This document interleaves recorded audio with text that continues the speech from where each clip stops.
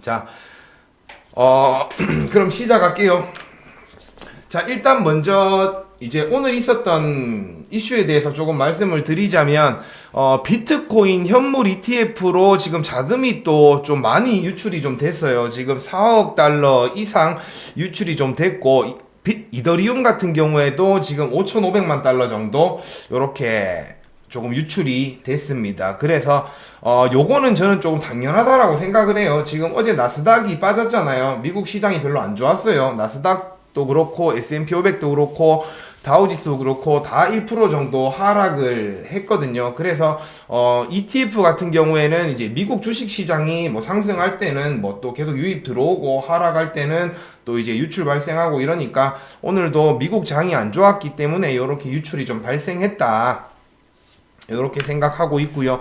자, 그리고 마이크로 스트래티지가 또 2억 900만 달러 상당의 비트코인을 매수를 했어요. 이제 저번 주에 12월 23일부터 29일 사이에 지금 2억 달러 넘는 이제 비트코인을 또 매수를 했다. 그러니까 얘들은 지금 저번 주에 매수했던 게 평단이 97K, 뭐 98K 정도 돼요. 그러니까 얘들은 그냥 가격이 떨어지고 올라가고 상관없이 그냥 무조건 매수하고 있다. 이렇게 보시면 되고요.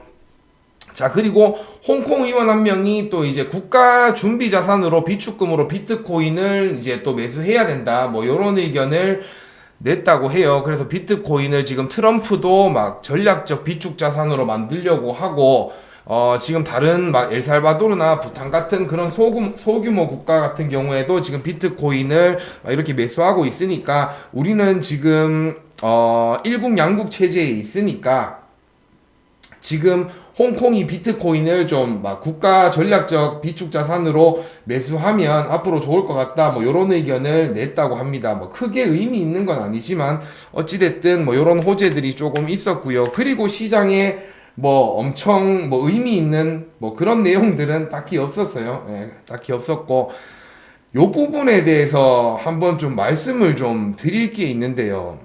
지금 미국이 전략적 이제 자산으로 비트코인을 채택한다. 그래서 뭐 1년에 20만 개씩 뭐 5년 동안 100만 개를 뭐 비축하겠다. 이런 법안을 신시아 루미스가 지금 제출을 했잖아요. 그래서 사람들이 지금 어떻게 생각을 하냐면 미국이 준비 자산으로 비트코인을 채택한다 이런 이야기들을 막 하더라고요. 그래서 어떤 기자가 파월한테 질문을 했을 때도 이제 연준이 지금 외환 보유고에다가 비트코인을 이렇게 비축할 계획이 있냐 이런 걸 물어봤잖아요. 근데 제가 생각할 땐 이거 지금 사람들이 좀 오해를 하고 있는 거거든요. 제가 외국 기사들도 막 이렇게 찾아보고 했는데 미국이 이제 국가 준비 자산으로 비트코인을 채택한다 이런 글들이 좀 있더라고요. 근데 제가 생각하기에는 미국이 이제 국가 준비 자산으로 비트코인 채택하는 거 아니거든요.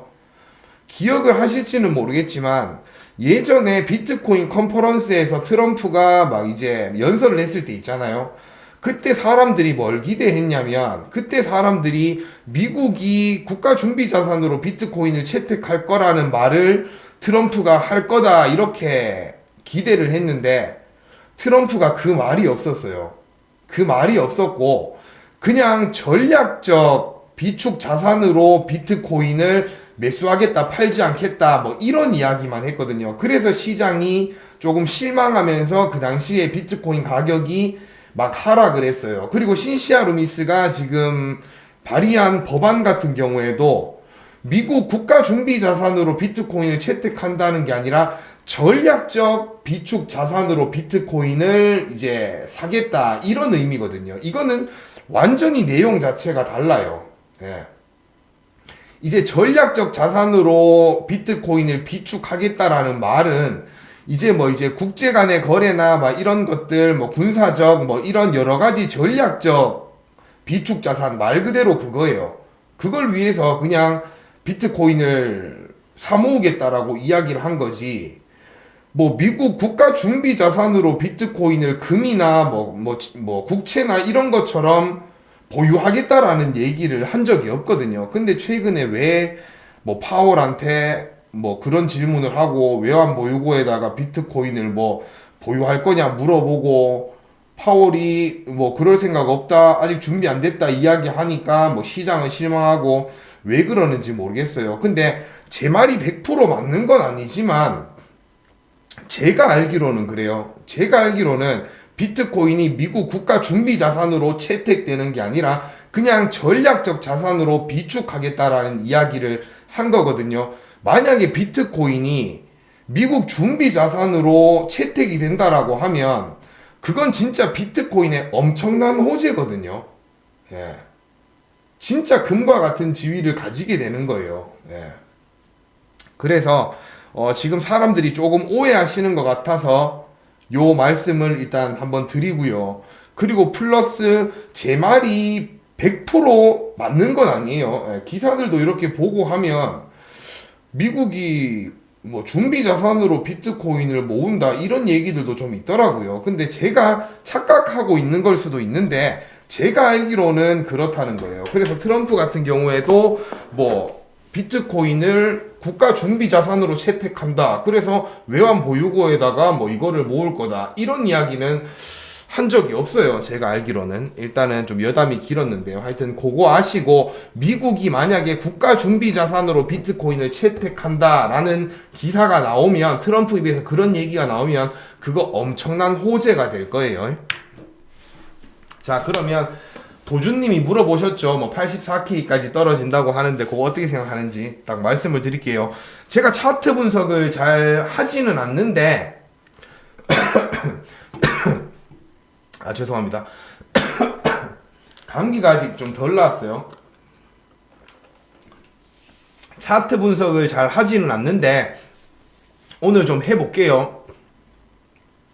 자, 지금 요거 선을 보면요. 20일 이평선, 20일 이평선은 지수 이평선이에요. 최근 가격을 더 많이 반영하는 이 지수 이평선하고 50일 이평선은 지금 그냥 단순 이동평균선이에요.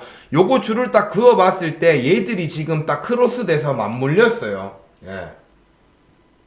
딱 맞물린 상태거든요. 맞물린 상태면 이게 어떤 걸 의미하냐? 장기 이평선을, 그러니까 단기 이평선을 장기 이평선, 다시 잠시만요. 장기 이평선이 단기 이평선 위로 올라가는 상황, 그러니까 단기 이평선이 장기 이평선 아래로 떨어지는 상황을 보고 이제 데드크로스가 발생했다라고 이야기하는데요. 잠시만요. 잠깐, 며느리도 모르지만 와야 아는 거지. 오면 어떡할 건지나 생각해야지. 알 수 있어요. 어느 정도 뭐 아무것도 모르면 투자를 왜 해요? 예. 어느 정도 우리는 예측은 할 수 있잖아요. 그죠? 확신은 할 수 없어도 어느 정도 예측은 할 수 있으니까 예측을 한번 해보자는 겁니다.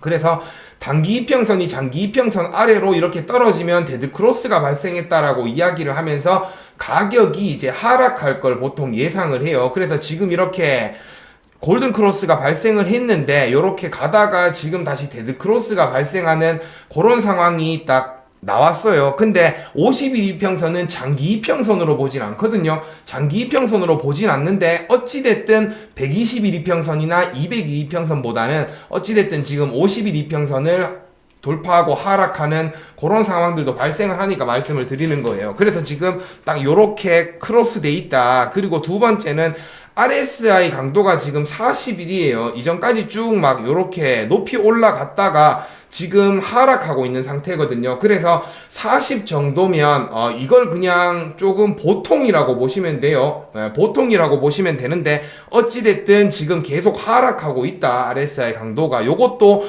조금 앞으로 계속 조금 하락할 수 있는 뭐 그런 시그널로 보고요. 자, 보시면은 요렇게 20일 이평선이 50일 이평선 아래로 이렇게 딱 떨어졌을 때는 항상 하락이 발생했거든요. 이렇게 하락했었고, 딱 이렇게 밑으로 내려오는 순간 가격이 하락했었고,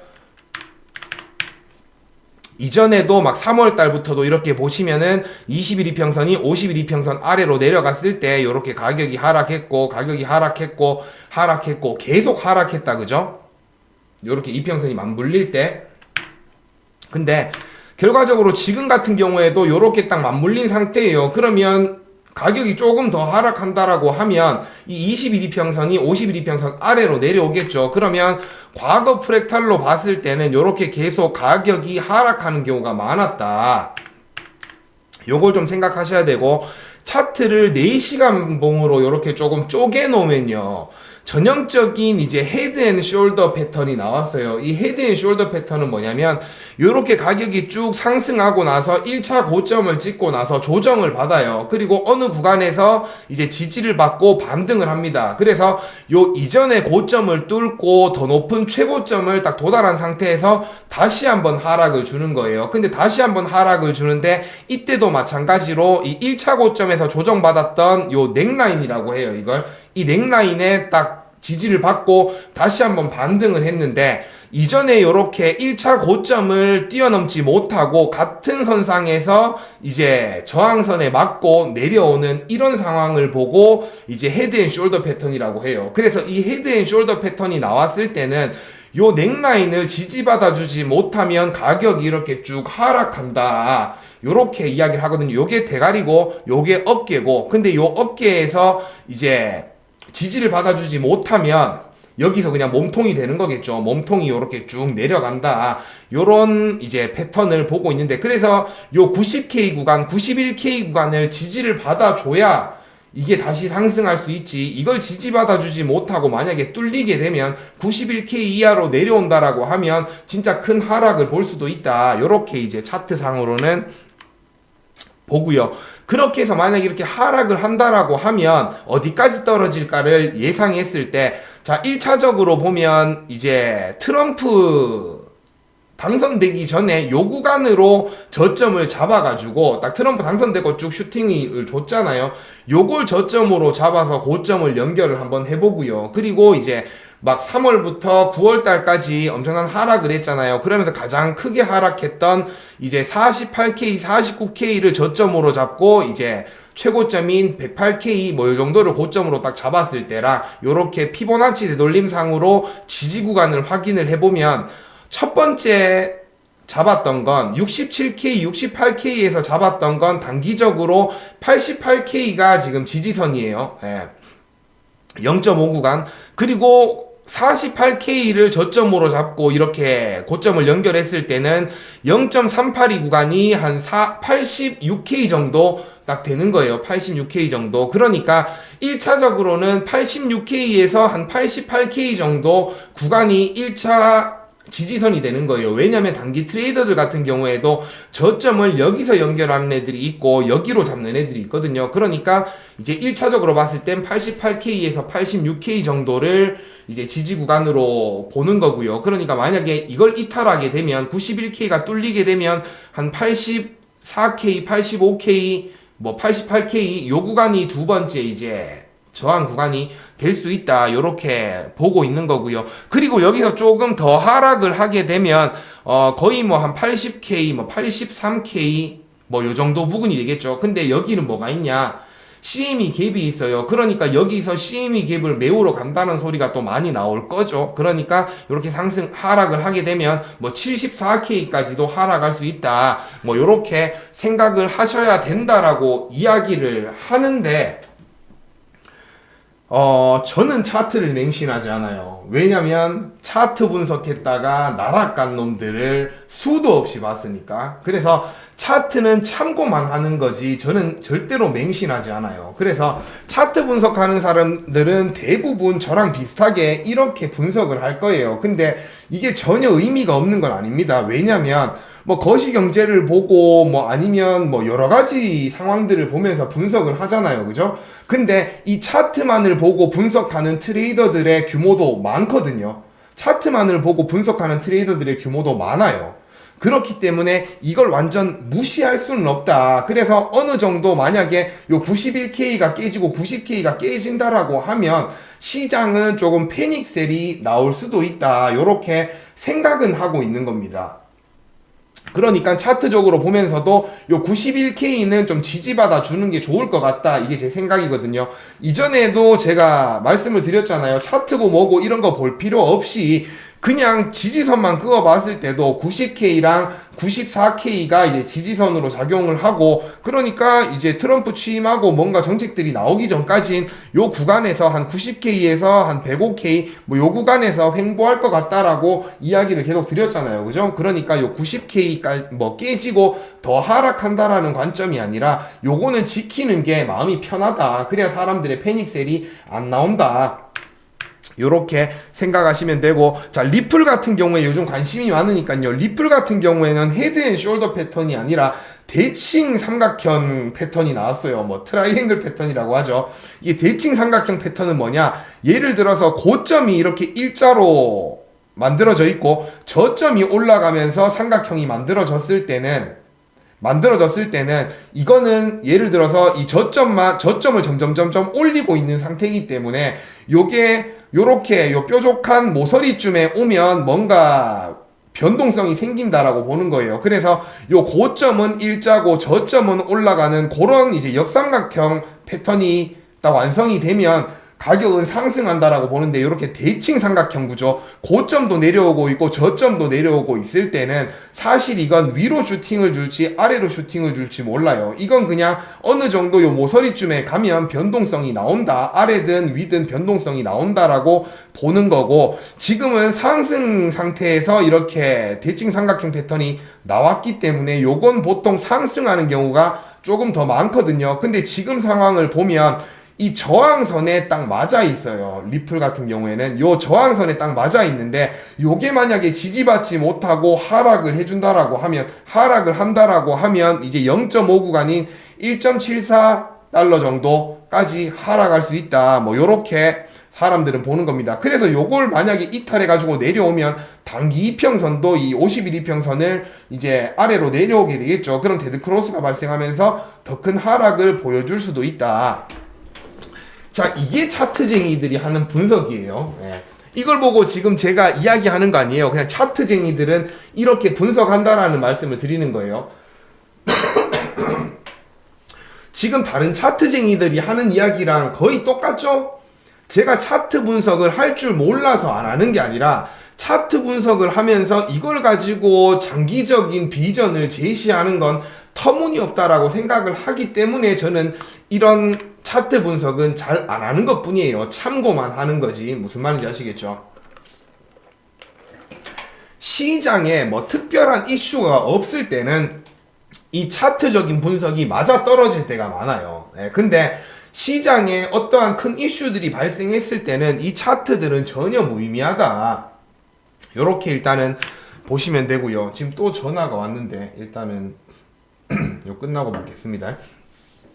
그래서 차트 분석은 일단 여기까지. 그래서 차트상으로 봤을 때도 지금은 사람들이 조금 불안해하고 있다. 아시겠죠? 자, 두 번째. 그 다음에 거시적 관점에서 봤을 때도 허씨님 차트 실력도 있는지 몰랐습니다. 차트 실력이 있는 게 아니라요. 사실 이 정도 차트 분석은요, 딱 3일만 보면 알아요. 3일만 배우면 이런 것들은 어떤 패턴이 예전 과거 프랙탈을 보면 어떤 패턴들이 나왔을 때 하락했고 어떤 패턴들이 나왔을 때 뭐 올라갔고 이런 것들 조금 배우고요. 그냥 줄 긋는 것 좀 배우고 이렇게 하면 한 3일 정도만 차트 배워도 이 정도는 누구나 할 수 있어요. 3일도 필요 없어요. 한 하루 이틀만 배워도 이 정도 할 수 있어요. 예. 그러니까 차트 보고 분석하는 사람들은 믿지 마라. 걔들 아무것도 모른다. 걔들 분명히 언젠가는 날아간다. 요렇게 생각하는 겁니다. 자, 그리고 거시적 경제 관점으로 봤을 때도, 거시 경제를 봤을 때도 지금 인플레이션과 물가 상승 우려가 좀 있잖아요. 파월이 그런 이야기를 했어요. 파월이 그런 이제 FOMC 회의 끝나고 막 이렇게 연설할 때 그런 이야기를 좀 했어요. 인플레이션이 이제 조금 물가가 둔화되는 모습이 조금 이제 더디다. 그래서 금리 인하도 조금 이제 천천히 해야 될 것 같다. 이런 이야기 하고, 막 이제 인플레이션 억제를 위해서 미국 연준하고 유럽 중앙은행들이 지금 긴축 정책을 계속 펼치고 있잖아요. 이전에 펼쳤잖아요. 그죠? 그러면서 M2 통화량이 많이 감소했기 때문에 시장의 유동성이 축소되고 있다. 뭐 요런 이야기 많고요. 그리고 미국뿐만이 아니라 전 세계적으로 글로벌 경기 둔화의 신호를 조금 보이고 있다. 그리고 미국이 지금 부채 상환의 부담 증가로 인해서 디폴트 우려도 내년에는 있다. 그리고 국가 부채 한도를 지금 조정을 못했잖아요. 그죠? 폐지도 못했고 유예도 못했기 때문에 이제 미국도 더 이상 돈을 찍어내기가 조금 제한이 될 거고, 그러면 이제 통화량도 막 줄어들고 조금 경기 침체의 우려가 있다. 시장이 거시경제를 봤을 때도 이런 우려들이 조금 많이 나오고 있는 상황인 거예요. 그리고 계절적으로 봤을 때도 1월 달은 보면 비트코인 상승률이 조금 저조했잖아요. 막 3.3% 뭐 이 정도 상승을 했는데 1월 달도 지금 어찌됐든 트럼프 취임을 하고 나면 뭐 이제 수익 실현 매물도 나올 거고 뭐 이러면서 최근에 사람들이 1월 달을 별로 1월 달까지는 아니고 한 1월 초 한 1월 중순까지 이제 좀 크게 하락을 할 수 있다라는 이야기들이 또 시장에는 많이 나오고 있는 거예요. 그리고 플러스 요거는 제가 데이터를 지금 못 가지고 왔는데 잠깐 찾아볼까요? 하여튼 좀 찾으려면 시간이 좀 걸리니까 지금 보면 수익 실현 매물들도 많이 나오고 있어요. 작년이 아니죠. 올해 한 4월달, 5월달 이때쯤에도 엄청나게 많은 수익 실현 매물들이 나왔고요. ETF로 인해 가지고 막 엄청 가격이 상승했잖아요. 그래서 그때도 수익 실현 매물들이 많이 나왔고 최근에도 이제 수익 실현 매물들이 좀 많이 나오고 있어요. 왜냐면 매번 똑같잖아요. 트럼프가 당선돼서 그 기대감으로 가격이 쭉 올라가면 당연히 그만큼 수익을 본 애들은 수익 실현을 한 애들이 있잖아요. 장기간 보유하는 사람도 있겠지만 단기간으로 투자하는 사람들도 있기 때문에, 기관들도 있기 때문에 당연히 수익 실현 매물들은 나온다. 갑자기 가격이 상승을 하면. 그래서 수익 실현 매물들도 조금 나왔고요. 자, 그러니 결론은 뭐냐? 지금 현재 상황을 봤을 때 모든 부분에서 어떤 부분에서 보든 간에 지금은 조금 조정을 받고 하락해야 되는 상황이다라고 저는 생각을 하는 겁니다. 하락을 해야 되는 상황이라고 보는데 다들 그렇게 보고 있잖아요. 그죠? 근데 중요한 건 뭐냐? 지금은 엄청 시장이 불안한 상황인데도 가격은 잘 버텨주고 있다라는 게 핵심이에요. 무슨 말인지 아시겠어요? 저는 트럼프가 당선되고 이전에 제가 거짓말 할 일은 없잖아요. 그죠? 제가 거짓말 할 일은 없고 트럼프가 당선되기 전에 제가 딱 그 말을 했어요. 무슨 얘기를 했냐면 그때는 해리스가 이제 바이든이 내려가기 전이니까 그때 제가 했던 말은 뭐냐면 트럼프가 너무 압도하면 안 된다. 바이든이랑 트럼프랑 박빙으로 가다가 오히려 선거 직전에 바이든이 조금 더 유리한 상황이 나왔는데 뜬금없이 뚜껑을 열어보니 트럼프가 당선이 됐다. 이럴 때 가장 큰 폭으로 상승할 수 있다라고 이야기했잖아요. 왜냐? 시장의 심리가 트럼프 당선 안 되겠는데 바이든이 당선되겠는데 민주당이 집권하겠는데 이런 상태에서 트럼프가 당선되는 호재가 나왔을 때는 시장이 기대하는 것보다 더 좋은 결과가 나왔잖아요. 그럴 때 가격은 엄청난 펌핑을 주는 거거든요. 근데 해리스랑 트럼프랑도 보면 바이든이 내려가고 이제 해리스가 올라왔을 때 해리스 지지율이 막 올라가고 있었어요. 그러면서 시장이 조금 불안한 상황을 맞이했다고요. 그러고 있다가 이제 선거 막바지에 막 이렇게 트럼프가 조금 지지율이 올라가면서 트럼프 당선이 되니까 가격이 쫙 올라가졌었죠. 그때 올라가졌던 게 90K거든요. 그때 올라갔던 게 90K이고 그 이후에 올라갔던 건 뭐냐면 트럼프 정부가 이제 내각을 구성할 때 암호화폐 친화적인 인사들을 막 기용하고 SEC 의장이 바뀌고 이런 이슈들이 계속 나오면서 추가적인 상승을 만들어서 막 105K, 108K까지 가격이 갔던 거예요. 그러니까 제가 생각하는 트럼프 당선 효과는 90K였고 이 트럼프가 당선됐고 이 90K에서 조금 조정을 받아야 된다라고 저는 생각을 했는데 트럼프가 너무 빨리 막 내각을 구성하다 보니까 추가적인 호재로 가격이 더 상승했고 지금은 조금 조정을 받은 상태. 근데 이 90K가 안 깨지고 계속 이렇게 가고 있어요. 시장 가격이. 그러니까 저는 되게 안정적으로 가고 있다. 지금 이게 보면 가격 상승할 때는 암호화폐 호재로 인해서 가격이 막 상승을 했던 건데, 지금 하락 같은 경우에는 암호화폐에 대한 악재로 가격이 하락하는 게 아니라 지금 같은 경우에는 거시경제나 이런 것 때문에 하락을 하고 있는 거예요. 암호화폐 시장에만 악재가 아니라 그냥 모든 자산 시장에 지금 불확실성 때문에 막 단기 트레이더들이 아니면 단기 투자자들이 기관들이 지금 시장에 진입하지 못하고 조금 관망하는 상태라고 저는 보고 있는 거거든요. 근데 만약에 트럼프가 임기가 시작이 되고 나서 뭐 여러 정책들을 이렇게 펼치면, 최근에 이제 이민자에 관련해 가지고도 일론 머스크가 이야기를 했어요. 불법 이민자가 아니라 합법적으로 이제 미국을 위해서 일하러 오고 막 이런 사람들에 대해서는 내가 막 존경한다, 이런 트위터를 일론 머스크가 올렸거든요. 그걸 트럼프가 리트윗했어요. 퍼와가지고 본인 트윗에도 올렸어요. 그러니까 트럼프 같은 경우에도 내가 이민자를 다 이민자를 다 추방하고 이민자를 안 받겠다는 게 아니라 불법 이민자들을 지금 내보내려고 하는 거고, 막 범죄를 일으키는 불법 이민자들을 막으려고 하는 거지, 미국은 이제 자유로운 나라다, 진짜 열심히 일하기 위해서 미국으로 들어오는 합법적인 착한 이민자들은 우리는 환영한다, 이런 의사를 지금 밝히고 있거든요. 그러니까 트럼프가 지금 내세우는 정책들, 관세를 인상하고 뭐 세금을 뭐 감면하고 뭐 외국인 노동자들 막 이런 불법 이민자들을 뭐 이제 추방하고, 이런 정책들이 안 좋은 정책들은 아니라는 거예요. 예.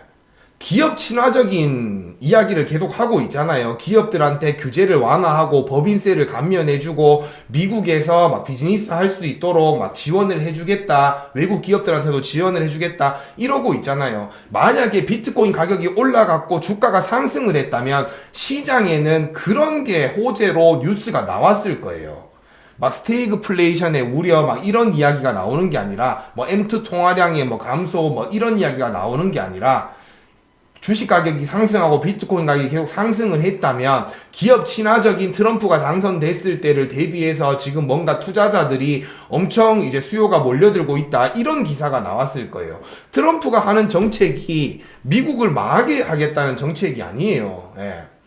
조금 우려스러운 것도 있고 되게 크게 성장할 수 있는 부분도 있고, 거기에서 지금 가격이 조금 조정받고 못 올라가고 있다 보니까 조금 부정적인 부분만 계속 부각되는 거지, 지금 트럼프가 이제 저는 임기가 시작되고 나면 미국이 지금보다 훨씬 더 강해질 수 있다라고 저는 생각을 하거든요. 그럴 확률도 많다라고 생각을 해요. 그러면 진짜 트럼프 임기가 시작되고 뭔가 좀 기업 친화적인 그런 정책들이 계속 나오고 주가가 막 상승하고 이러면, 관세 올리고 하니까 다른 나라들은 다 죽어가는데 미국 혼자 막 엄청 경기가 좋아요. 그런 상황 오면 미국 주가도 올라갈 거고 비트코인도 올라갈 거예요. 그러면 우려들은 다 없어지고, 막 트럼프가 막 이런 거 잘해가지고 막 미국 기업들 실적이 엄청 좋고 막 이런 얘기가 막 나올 거예요. 그럼 가격은 내년에도 더 크게 많이 펌핑할 수 있다, 이렇게 생각을 하고요. 근데 무조건 펌핑하는 건 아니겠죠. 어느 정도 단기적으로는 이런 우려들 때문에 가격이 조정받을 수도 있어요. 근데 가격이 조정받는다라고 해도 비트코인은 안전자산으로 인정을 받아야 되는데 아직까지 안전자산으로는 인정받지 못하고 있어요. 왜냐면 변동성이 너무 크니까. 그리고 막 지정학적 이슈나 이런 것들이 터졌을 때 비트코인 가격은 더 크게 하락을 하니까. 그래서 아직까지 안전자산이라는 인식은 별로 없는데요. 중요한 게 뭐냐? 어떤 지정학적인 이슈가 생겼을 때 가격이 큰 폭으로 하락하고 사람들이 엑시트하긴 하지만 회복력은 좋다는 거예요. 비트코인이 다른 자산에 비해서 그닥 안정적이진 않고 지정학적 이슈에 대해서 하락폭은 크지만 상승률도 훨씬 높다는 거예요. 회복도 빠르게 하고 그 지정학적 이슈가 사라지면 더 큰 폭으로 상승할 수 있다는 거예요. 자, 이란이랑 미국이랑 2020년에 막 이렇게 갈등이 생겼을 때 그 갈등이 생기고 11호 가격을 보면 이제 그 전까지 막 그런 우려로 인해서 가격이 막 하락했겠죠. 근데 요렇게 보면 요 11후를 보면 S&P 500 같은 경우에는 지금 2% 상승을 했고 골드 같은 경우에 0% 상승을 했는데 그 안전자산이니까 크게 하락한 것도 없고 상승한 것도 없으니까 0%인데 비트코인 같은 경우에는 12% 상승을 해줬다. 그리고 요게 생기고 이제 60일 이후에는 S&P 500은 7% 하락했고 골드는 6% 상승했는데 비트코인은 20% 상승했다. 그리고 코로나 사태가 딱 터졌을 때 이때도 코로나 사태 터지고 딱 10일 후에 보면 나스닥이 아니라 S&P 500은 20% 하락했고 골드는 9% 하락했는데 비트코인은 25% 하락했어요. 근데 60일이 지나고 보니까 요때를 기준으로 60일이 지나고 보니까 비트코인은 21% 상승한 거예요.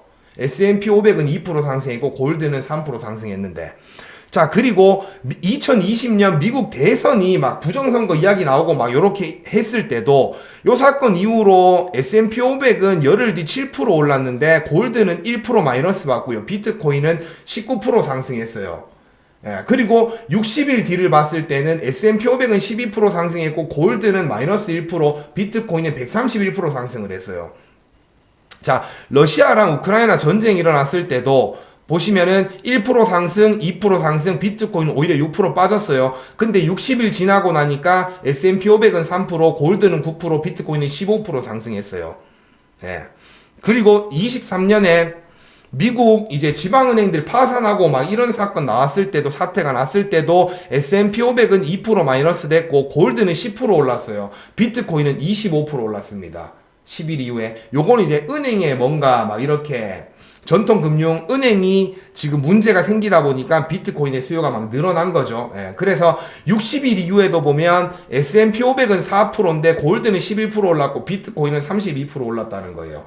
단기적으로 어떤 지정한 기추가 딱 터지면 비트코인 가격이 더 큰 폭으로 하락하지만 회복력은 빨랐다. 그리고 회복 이후에 더 큰 폭으로 상승했다. 지금 안전자산으로 인정받지 못하지만 이 회복력은 되게 좋다는 거거든요.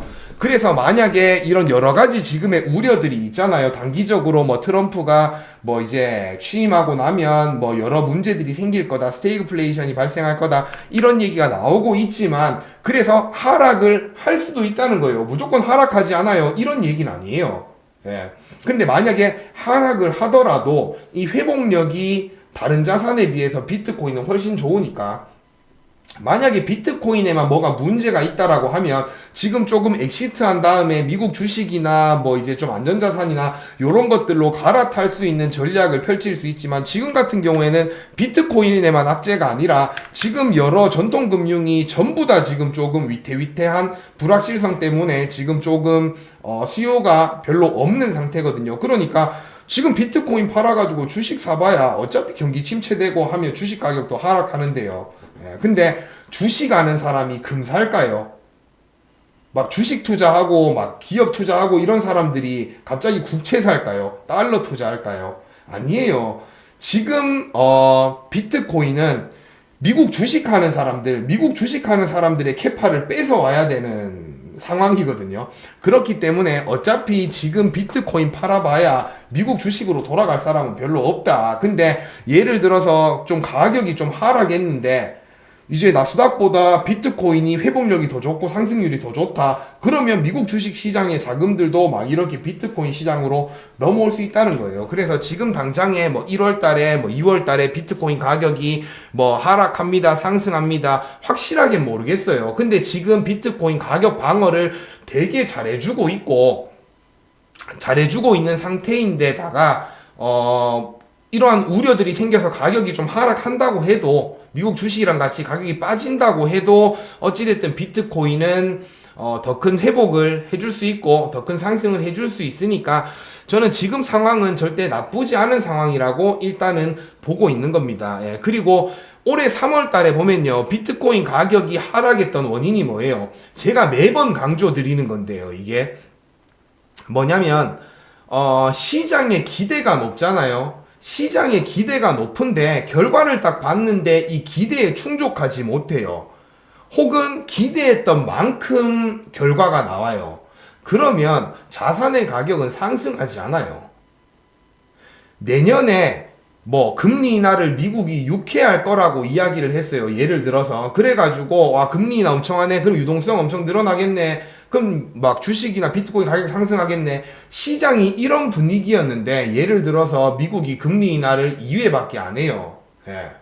그러면 그러면 가격은 하락한다고요. 2회밖에 안 하는 게 아니라 4회 한다고 쳐도 사람들이 6회 한다고 기대하고 있는데 4회밖에 안 하면 그거는 기대감을 충족시키지 못했기 때문에 가격은 오히려 하락해요. 근데 지금 같은 경우에는 불안감이 되게 많잖아요. 뭐 미국 경제나 뭐 글로벌 뭐 경제나 뭐 이런 뭐 M2 통화량이나 아니면 차트적인 부분이나 모든 부분에서 지금 우려가 많아요. 예.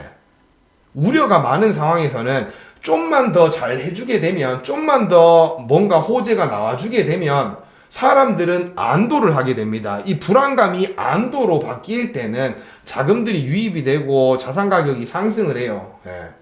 그리고 이 안도에서 플러스 기대감으로 바뀔 때 있잖아요. 와, 트럼프가 진짜 잘해주네. 주가 진짜 잘 올라가네. 이러면서 호재들이 막 뜨게 되면 그때는 가격이 한 번 더 상승을 할 수 있게 돼요. 근데 제가 보는 현재 상황은 뭐냐? 시장 자체가 엄청난 내년에 대한 기대는 없는 것 같다. 오히려 불안감이 훨씬 많은 것 같다. 투자자들이. 그런 상황에서 조금만 잘 해주면 엄청난 상승을 보일 수 있거든요. 근데 제가 봤을 때는 시기상으로 봤을 때도 내년이 그렇게 지금 시장은 불안감에 떨고 있는데 내년에 좀만 선방을 해준다. 그러면 뭐 자산 시장의 가격은 올라갈 수 있을 거라고 봅니다. 그리고 플러스 비트코인도 같이 올라가 줄 수 있을 거라고 보고, 비트코인은 과거 상승 사이클하고도 딱 맞아 떨어지잖아요. 그러면 시장의 사람들이 되게 혹할 수 있는 그런 일들이 많이 발생할 수 있다고 보고, 2024년은 기관들의 자금이나 아니면 막 베이비 부머 세대들의 자금이나 이런 것들이 유입될 수 있는 통로를 되게 많이 만들어 놨다고 생각을 하고요. 암호화폐 친화적인 대통령이 이렇게 딱 나왔으니까 이런 통로로 자금들이 들어올 수 있도록 명확한 규제도 만들어질 것 같고요. 2025년은 아마도 그런 통로를 통해 가지고 이제 자금들이 막 들어오는 수확을 할 수 있는 해가 되지 않을까, 저는 그렇게 기대하고 있거든요. 그렇게 기대하고 있기 때문에 지금 가격이 좀 더 하락한다, 만약에 진짜 큰 폭으로 하락해서 뭐 70몇 K까지 떨어진다고 해도 우리는 어떻게 생각을 해야 되냐면, 이 정도 하락하면 진짜 개미들은 다 털렸겠네, 그냥 이렇게 생각하면 되는 거예요. 아시겠죠? 하여튼 오늘 제가 준비한 영상의 내용은, 라이브 내용은 일단 여기까지입니다. 예.